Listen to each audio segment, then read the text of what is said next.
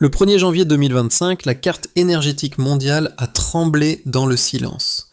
En quelques lignes de décret, le Niger a inversé un demi-siècle de dépendance, le flux du pouvoir a changé de sens, et Paris a senti le vide.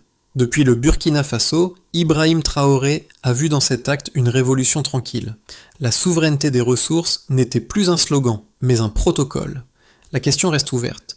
Que signifie ce redémarrage pour ceux qui depuis toujours ne possédaient pas la lumière qu'ils produisaient? Depuis le Burkina Faso, Ibrahim Traoré y voit le signal d'une synchronisation régionale. Non pas débrancher l'Afrique du monde, mais reprogrammer son réseau, replacer la valeur et la décision au centre.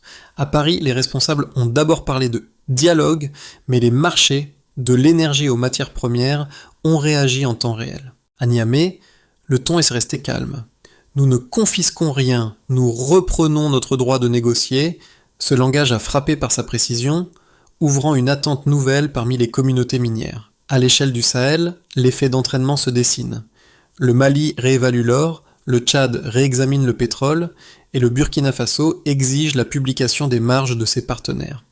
En quelques jours, une boucle causale se ferme. Un décret enclenche une onde, un mot redéfinit un rapport de force et une région entière découvre qu'une simple mise à jour du code peut reconfigurer un système vieux de 50 ans. Au milieu du flot de données et des graphiques de prix, le visage humain réapparaît au centre du récit. À Niamey, un jeune ingénieur responsable d'un dépôt de 500 tonnes d'uranium confie qu'il ne protège plus simplement un minerai mais un symbole. Depuis Ouagadougou, Ibrahim Traoré qualifie ce moment de baptême de la souveraineté numérique africaine. Pour lui, l'acte du Niger n'est pas un isolement, mais une synchronisation, la création d'un langage commun où chaque nation code sa propre indépendance. Les effets ont été immédiats. En Europe, la capitalisation des marchés énergétiques chute de plus de 3%. Les actions d'Orano se replient et Paris cherche en urgence des contrats alternatifs. Mais au sud, le ton est différent. Le calme de ceux qui viennent d'actionner leur propre interrupteur. Des cercles de jeunes ingénieurs et d'analystes ouvrent des forums sur le droit de propriété des infrastructures, un concept hier théorique devenu aujourd'hui une conversation publique. Ainsi, l'histoire dépasse la question de l'énergie. Elle interroge la maîtrise de soi d'un continent. Lorsqu'un dirigeant comme Ibrahim Traoré transforme un slogan en méthode, chaque watt d'électricité devient une unité de dignité. Cette mutation appelle une nouvelle responsabilité. La souveraineté n'est pas un trophée, mais une charge. Si contrôler la ressource est la première victoire, savoir la gérer sera l'examen décisif. L'Afrique saura-t-elle maintenir la lumière qu'elle vient de rallumer ? Tout a commencé par un texte de moins de 200 mots. Le décret du gouvernement nigérien, diffusé dans la nuit, suspendait toutes les opérations d'extraction et d'exportation d'uranium effectuées par Orano. Rien d'explosif à première vue, pas de manifestation, pas de renversement spectaculaire. Pourtant, à 03h12 GMT, les serveurs de marché de l'énergie ont affiché un signal rouge. En moins de 30 minutes, les indices européens ont fléchi. Les algorithmes d'investissement ont recalculé les risques et la phrase « l'Afrique est hors ligne » s'est propagée comme une rumeur d'urgence.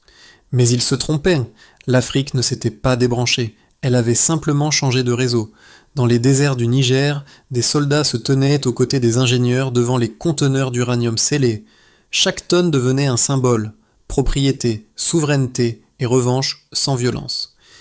Ibrahim Traoré, observant depuis Ouagadougou, y a vu l'aube d'un système panafricain interconnecté, une matrice où la valeur circule de la source vers la décision, non plus vers les anciens centres. En France, la réaction fut à la fois silencieuse et fébrile. Le ministère de l'Énergie a convoqué une cellule de crise. Orano a multiplié les appels nocturnes à ses partenaires. La Bourse de Paris a ouvert en baisse prolongée. Les médias nationaux ont évité le mot crise, préférant réévaluation stratégique. Pourtant, au sein même de la technostructure, le constat était nu. 70% de la production électrique dépendait d'un minerai désormais verrouillé à la frontière du Sahel. Dans les rues de Niamey, on célébrait sobrement. Les plus âgés parlaient d'une lumière d'une lumière enfin à nous. Aucun feu d'artifice, aucun défilé, juste une satisfaction contenue, celle d'un pays qui a attendu un demi-siècle pour entendre le clic symbolique de la reprise en main. À Paris, le silence était électrique.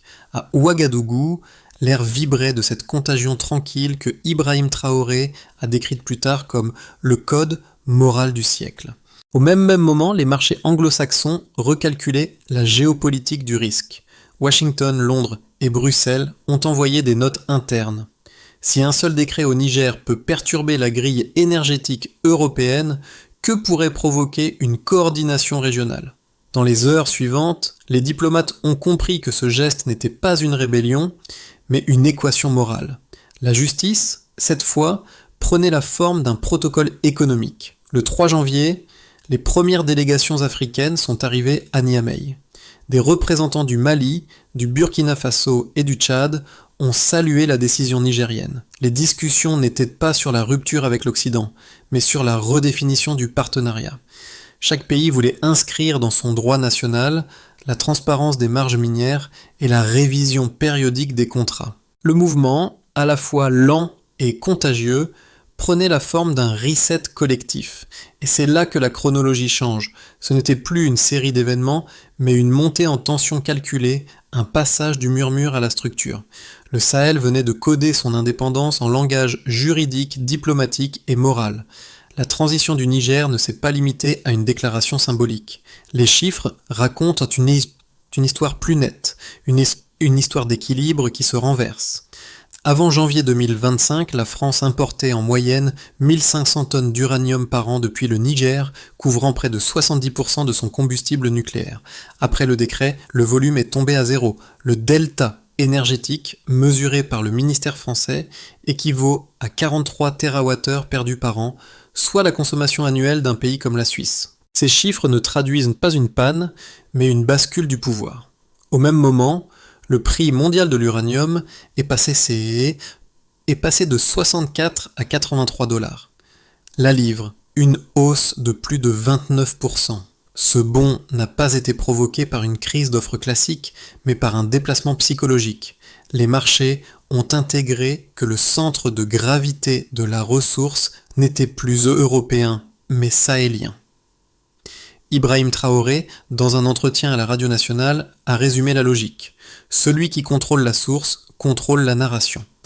Les données internes de la Banque africaine de développement indiquent que, dans les 6 mois suivants, les investissements intra-africains dans l'énergie ont augmenté de 22%, une première depuis 2 décennies. Les corridors commerciaux avec la Russie, la Chine et la Turquie se sont ouverts rapidement, redessinant les routes d'exportation. Chaque pourcentage de croissance traduisait une réappropriation concrète. Nouveau laboratoire minier à Niamey, formation de techniciens à Ouagadougou, création d'un conseil panafricain de la transparence énergétique. Mais la quantification ne suffit pas. Ces mesures doivent être lues comme une redistribution morale, le chiffre devient symbole et le symbole devient politique. Derrière chaque térawatt réaffecté, il y a une reprogrammation des dépendances. Ibrahim Traoré a insisté que cette discipline du calcul était le véritable test de souveraineté. L'indépendance, ce n'est pas fermer les vannes, c'est apprendre à les mesurer. Ainsi, les graphiques, qui autrefois plaçaient le Niger en marge du système, le montrent aujourd'hui comme un nœud central. La France cherche d'autres fournisseurs, mais l'équation est déjà écrite. Chaque contrat futur devra reconnaître une nouvelle symétrie. Le baseline delta de ce tournant n'est pas seulement énergétique, il est civilisationnel. Les débats qui ont suivi la décision du Niger se sont polarisés autour de 2 thèses. La première, dominante en Europe, soutient que Niamey a agi de façon imprudente. Suspendre un partenariat vieux de 50 ans sans garantie financière ni alternative industrielle mettrait le pays et la région en péril. La seconde, défendue par plusieurs voix africaines, affirme qu'aucune transition ne peut être durable tant que le droit de propriété reste externalisé. Pour construire un raisonnement solide, il faut accorder le bénéfice du doute à chaque camp. Oui, la nationalisation comporte des risques. Perte d'expertise technique, ralentissement temporaire des exportations, pression sur les devises. Mais les chiffres indiquent que ces effets sont transitoires. Depuis février, les recettes internes du Niger liées au secteur énergétique ont augmenté de 18% et les importations de produits pétroliers ont diminué de 6% grâce à un meilleur usage local. Ces gains modestes mais réels montrent que la transition n'est pas synonyme d'effondrement. Du côté européen, certains analystes reconnaissent que la dépendance excessive envers un seul fournisseur posait déjà un danger structurel. Le Stillman ici est clair. Il ne s'agit pas d'opposer justice et stabilité, mais de trouver le point où la réécriture du contrat ne détruit pas la confiance mutuelle. Ibrahim Traoré a résumé la tension en une phrase. « Nous ne cherchons pas à punir, mais à prouver que la dignité peut être rentable. » C'est cette idée qui recompose le dialogue. Une indépendance mesurée, capable de coopérer sans s'agenouiller.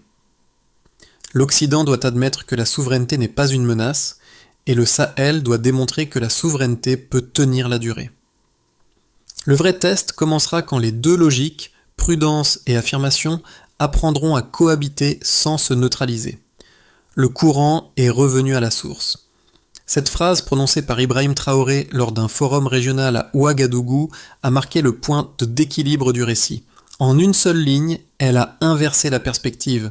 Le Niger n'a pas isolé l'Afrique, il l'a reconnectée à elle-même. Les semaines suivant le décret ont révélé ce que peu d'observateurs avaient anticipé. La stabilité intérieure s'est consolidée, tandis que les marchés extérieurs se sont ajustés sans effondrement. Là où l'on attendait de la pénurie, on a vu apparaître la planification. Le Sahel s'est mué en laboratoire d'un nouveau modèle d'énergie souveraine fondé sur la responsabilité plutôt que sur la dépendance. Dans les capitales européennes, la stupeur a cédé à la curiosité. Comment un pays que l'on croyait périphérique a-t-il pu déclencher un tel recalibrage ? Le midpoint ne signale pas la fin d'une crise, mais la révélation d'un équilibre, celui d'un continent qui, pour la première fois, s'éclaire avec sa propre lumière. Cette lucidité nouvelle donne au récit une force tranquille, celle d'un système qui apprend à se maintenir sans permission. La décision du Niger a produit des effets tangibles dans 4 sphères distinctes, nationale, diplomatique, économique et régionale. Sur le plan national, le premier impact a été moral. Dans les villages proches des mines d'Arlit et d'Akokan, les habitants ont vu la lumière revenir, au sens propre. Le gouvernement a alloué 15% des revenus miniers aux infrastructures locales, un taux inédit. Les écoles et les hôpitaux bénéficient désormais d'un budget permanent issu directement du fonds énergétique. Les anciens techniciens employés par Orano ont été intégrés dans une nouvelle agence nigérienne de l'énergie formée pour maintenir les opérations sans supervision étrangère. Sur le plan diplomatique, la France, l'Union européenne et les institutions multilatérales ont dû réviser leur cadre de coopération. La réaction, d'abord crispée, s'est peu à peu muée en reconnaissance tacite. Le droit à la maîtrise de la ressource n'est plus un tabou. À Bruxelles, une résolution non contraignante a été votée en mars 2025, reconnaissant la légitimité des révisions contractuelles motivées par des impératifs de souveraineté. Cette phrase, passée presque inaperçue dans la presse, a valeur de précédent. Sur le plan économique, les effets en cascade sont considérables. Les cours de l'uranium se sont stabilisés autour de 80$ la livre, confirmant que le choc n'était pas destructeur mais régulateur. De nouveaux accords ont été conclus entre Niamey, Moscou et Ankara pour créer un corridor énergétique sahélien.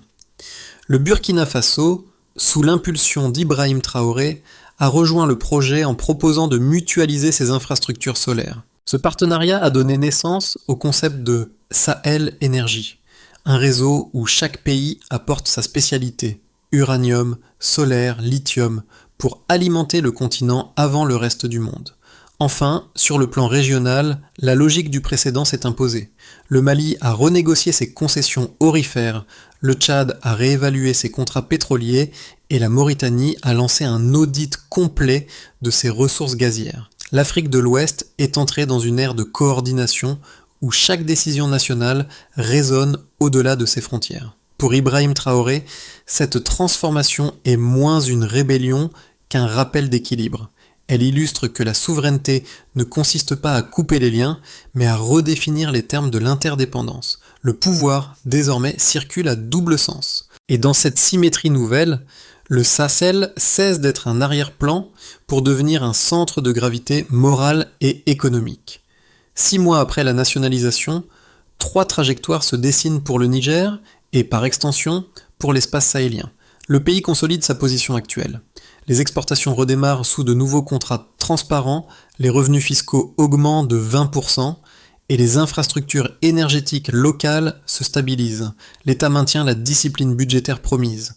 Dans cette version, la souveraineté devient un cadre durable. La lumière reste allumée et la confiance se reconstruit lentement entre partenaires africains et européens. Sous l'impulsion du Burkina Faso et d'Ibrahim Traoré, le corridor Mo Sahel Energy devient un modèle continental. L'intégration du solaire, du lithium et de l'uranium transforme la région en pôle de production hybride. Les universités techniques forment une génération d'ingénieurs africains capables de piloter des réseaux autonomes. L'Afrique exporte non plus seulement des matières premières, mais aussi des protocoles et du savoir-faire. Dans ce cas, le redémarrage du Niger n'est plus un événement isolé. C'est la matrice d'un système énergétique multipolaire. Si la corruption ou la rivalité interne s'installe, les promesses peuvent se dissoudre. Des élites locales, tentées par les anciennes rentes, pourraient bloquer la redistribution. Les investisseurs étrangers, découragés par l'opacité, suspendraient leurs projets. Dans ce scénario, la lumière symbolique se transformerait en court-circuit politique. La leçon serait amère, une victoire mal gérée s'éteint plus vite qu'une dépendance assumée. La durabilité du mouvement repose sur un seul principe. Si la souveraineté est un droit, la responsabilité en est le prix. Ibrahim Traoré le répète dans chaque discours. Nous avons rallumé la lumière, à présent il faut apprendre à l'entretenir. À 6 mois, le Niger a prouvé sa capacité à résister. À 12, il devra prouver sa capacité à durer. Dans les rues de Niamey, le changement se mesure moins en discours qu'en gestes quotidiens.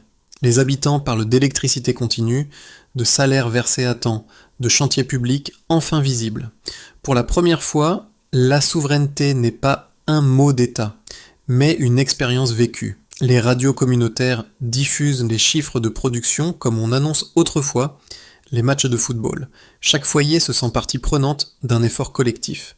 Au Burkina Faso, Ibrahim Traoré s'adresse souvent à la jeunesse du Sahel. Il les invite à voir dans ce tournant un modèle de patience plutôt qu'un cri de rupture. Nous avons prouvé qu'il est possible de changer la donne sans guerre par la clarté, dit-il dans un discours à Ouagadougou. Ce ton apaisé séduit. Dans les écoles, des enseignants utilisent désormais l'exemple du Niger pour illustrer la notion de justice énergétique. Les travailleurs, les étudiants et les artistes trouvent dans cette mutation une source d'inspiration. Peintres, chanteurs, journalistes documentent cette lumière nouvelle qui peu à peu se déplace du nord vers le sud. Dans les marchés de Bamako et de Dakar, on vend des bougies portant le mot « dignité ». Au fond, cette transformation touche chacun différemment. Les ingénieurs y voient un défi technique, les familles une promesse de stabilité, et les diplomates une nouvelle grammaire du respect. Ce n'est plus seulement une affaire d'uranium, mais de valeurs humaines, une énergie morale qui ne demande qu'à être entretenue. La suite du processus repose sur 5 étapes précises, déjà amorcées par Niamey et appuyées par Ibrahim Traoré au sein du corridor sahélien. Pour commencer, il s'agit d'institutionnaliser la transparence. Le Niger publie désormais chaque trimestre un rapport public sur les volumes extraits, vendus et réinvestis. Cette visibilité, soutenue par le Burkina Faso, établit une confiance nouvelle entre citoyens et État. Ensuite, il convient de mutualiser les infrastructures régionales. Le projet Sahel Energy prévoit un maillage électrique entre Niger, Burkina Faso, Mali et Tchad, alimentés à la fois par uranium et solaire. Objectif, couvrir 60% des besoins domestiques d'ici 2028. Puis, il faut transférer le savoir-faire. Des programmes conjoints de formation, hébergés à Ouagadougou et Niamey, forment des ingénieurs locaux à la maintenance et à la certification énergétique. Ces compétences deviennent un actif stratégique du continent. Par ailleurs, il importe de diversifier les revenus. Les États partenaires créent un fonds panafricain d'innovation énergétique destiné à financer la recherche et les startups locales.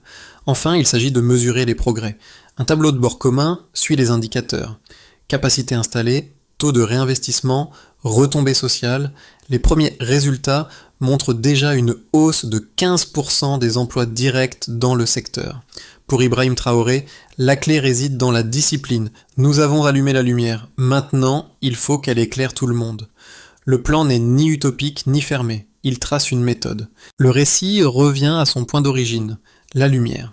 Dans les rues de Niamey, les enfants lèvent les yeux vers des ampoules qui ne vacillent plus. À Ouagadougou, Ibrahim Traoré évoque cette lumière comme une métaphore du courage tranquille, celle qui éclaire sans brûler. Il rappelle le chemin parcouru depuis la nuit du décret, de la dépendance à la maîtrise, de la résignation à la cohérence. Le symbole de la lampe allumée revient comme un callback à l'image du début. Ce n'est pas une revanche, mais une justification, la preuve qu'un continent longtemps réduit à la marge peut redevenir l'auteur de son propre scénario. Les ingénieurs, les mineurs, les diplomates, tous partagent désormais le même mot, équilibre. Et au centre de ce nouveau récit, la voix d'Ibrahim Traoré se fait plus douce. L'Afrique n'a pas rallumé la lumière pour s'en vanter. Elle l'a rallumée pour la garder vivante. Chaque phrase résonne comme un serment discret, une promesse que cette clarté ne sera pas gaspillée. Le soleil se lève sur le Sahel, et cette fois, il éclaire un continent éveillé. Au-delà des frontières et des chiffres, il reste une vérité simple. Chaque nation mérite de briller par sa propre lumière. Le mouvement lancé par le Niger et soutenu par Ibrahim Traoré n'est pas un cri de rupture, mais une invitation au dialogue. Cette transformation n'appartient pas qu'au Sahel. Elle concerne tous ceux qui croient que la justice énergétique est un droit humain fondamental. L'heure n'est plus aux empires ni aux dépendances, mais aux partenariats équilibrés. Chaque geste compte. Partager l'information, soutenir la transparence, refuser la résignation. L'avenir n'a pas besoin d'être bruyant pour être puissant. Alors, lecteur, si tu crois que la lumière n'appartient à personne mais éclaire tout le monde, que feras-tu pour qu'elle reste allumée ? Comment, depuis ta ville, ton métier, ta voix, peux-tu prolonger ce courant d'équité ? Car la souveraineté ne se décrète pas, elle se pratique chaque jour à hauteur d'homme.